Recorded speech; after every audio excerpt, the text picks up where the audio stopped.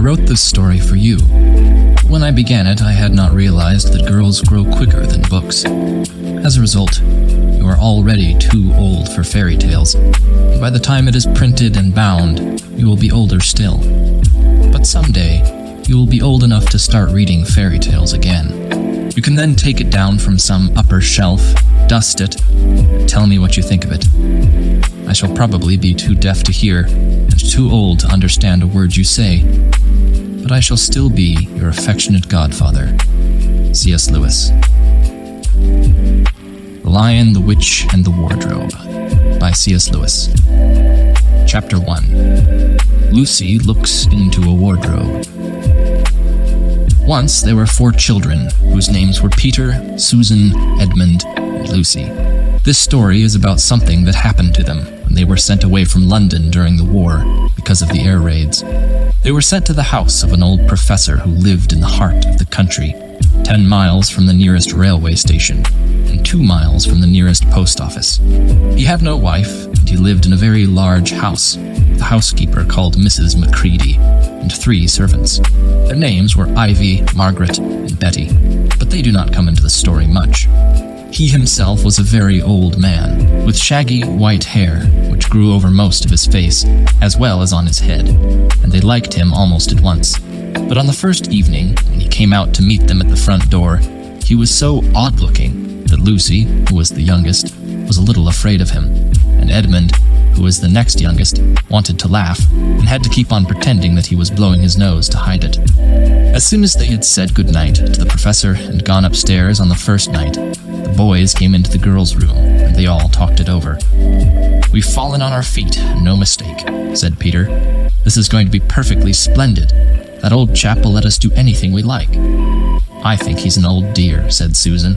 "Oh, come off it," said Edmund, who was tired and pretending not to be tired, which always made him bad-tempered. "Don't go on talking like that." "Like what?" said Susan.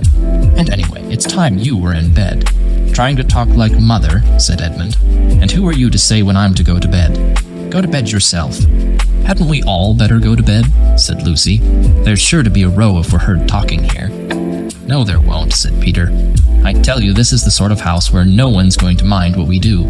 Anyway, they won't hear us. It's about 10 minutes' walk from here down to that dining room, and any amount of stairs and passages in between." "What's that noise?" said Lucy suddenly. It was a far larger house than she had ever been in before, and the thought of all those long passages and rows of doors leading into empty rooms was beginning to make her feel a little creepy. "It's only a bird, silly," said Edmund. "It's an owl," said Peter. "This is going to be a wonderful place for birds. I shall go to bed now. I say, let's go and explore tomorrow. You might find anything in a place like this.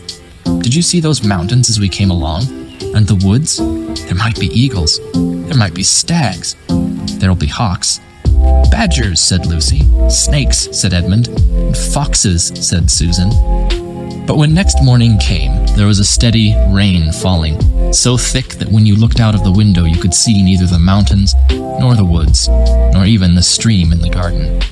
"Of course it would be raining," said Edmund. They had just finished breakfast with the professor, and they were upstairs in the room he had set apart for them, a long, low room with 2 windows looking out in one direction, and 2 in another. "Do stop grumbling, Ed," said Susan. 10 to 1 it'll clear up in an hour or so, and in the meantime we're pretty well off. There's a wireless, and lots of books." "Not for me," said Peter. "I'm going to explore the house." Everyone agreed to this, and that was how the adventures began. It was the sort of house that you never seemed to come to the end of. It was all full of unexpected places. The first few doors they tried led only into spare bedrooms, as everyone had expected that they would. But soon they came to a very long room full of pictures, and there they found a suit of armor. And after that was a room all hung with green, with a harp in one corner.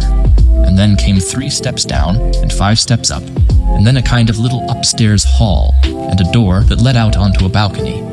And then a whole series of rooms that led into each other, and were lined with books, most of them very old books, and some bigger than a Bible in a church. And shortly after that, they looked into a room that was quite empty, except for one big wardrobe, the sort that has a looking glass in the door. There was nothing else in the room at all, except a dead blue bottle on the windowsill. "Nothing there," said Peter. and they all trooped out again, all except Lucy. She stayed behind because she thought it would be worthwhile trying the door of the wardrobe, even though she felt almost sure that it would be locked. To her surprise, it opened quite easily, and 2 mothballs dropped out. Looking into the inside, she saw several coats hanging up, mostly long fur coats. There was nothing Lucy liked so much as the smell and feel of fur. She immediately stepped into the wardrobe and got in among the coats and rubbed her face against them, leaving the door open, of course, because she knew that it is very foolish to shut oneself into any wardrobe. Soon, she went further in and found that there was a second row of coats hanging up behind the first one. It was almost quite dark in there, and she kept her arms stretched out in front of her so as not to bump her face into the back of the wardrobe. She took a step further in, then 2 or 3 steps, always expecting to feel woodwork against the tips of her fingers. But she did not feel it. This must be a simply enormous wardrobe, thought Lucy, going still further in and pushing the soft folds of the coats aside to make room for her. Then she noticed there was something crunching under her feet. I wonder, is that more mothballs, she thought, stooping down to feel it with her hands. But instead of feeling the hard, smooth wood of the floor of the wardrobe, she felt something soft and powdery and extremely cold. This is very queer, she said, and went on a step or 2 further. Next moment she found that what was rubbing against her face and hands was no longer soft fur, but something hard and rough and even prickly. Why, it is just like branches of trees, exclaimed Lucy. And then she saw a light ahead of her, not a few inches away where the back of the wardrobe ought to have been, but a long way off. Something cold and soft was falling on her. A moment later, she found that she was standing in the middle of a wood at nighttime, with snow under her feet and snowflakes falling through the air. Lucy felt a little frightened, but she felt very inquisitive and excited as well. She looked back over her shoulder, and there, between the dark tree trunks, she could still see the open doorway of the wardrobe, and even catch a glimpse of the empty room from which she had set out. She had, of course, left the door open, for she knew that it is a very silly thing to shut oneself into a wardrobe. It seemed to be still daylight there. Can always get back if anything goes wrong, thought Lucy. She began to walk forward, crunch, crunch, over the snow, and through the wood towards the other light. In about 10 minutes she reached it, and found that it was a lamp post. As she stood there looking at it, wondering why there was a lamp post in the middle of a wood, and wondering what to do next, she heard the pitter-patter of feet coming towards her. And soon after that, a very strange person stepped out from among the trees into the light of the lamp post. He was only a little taller than Lucy herself, and he carried over his head an umbrella, white with snow. From the waist upwards, he was like a man, but his legs were shaped like a goat's. The hair on them was glossy black, and instead of feet, he had goat hoofs. He also had a tail, but Lucy did not notice this at first, because it was neatly caught up over the arm that held the umbrella, so as to keep it from trailing in the snow. He had a red woolen muffler round his neck, and his skin was rather reddish too.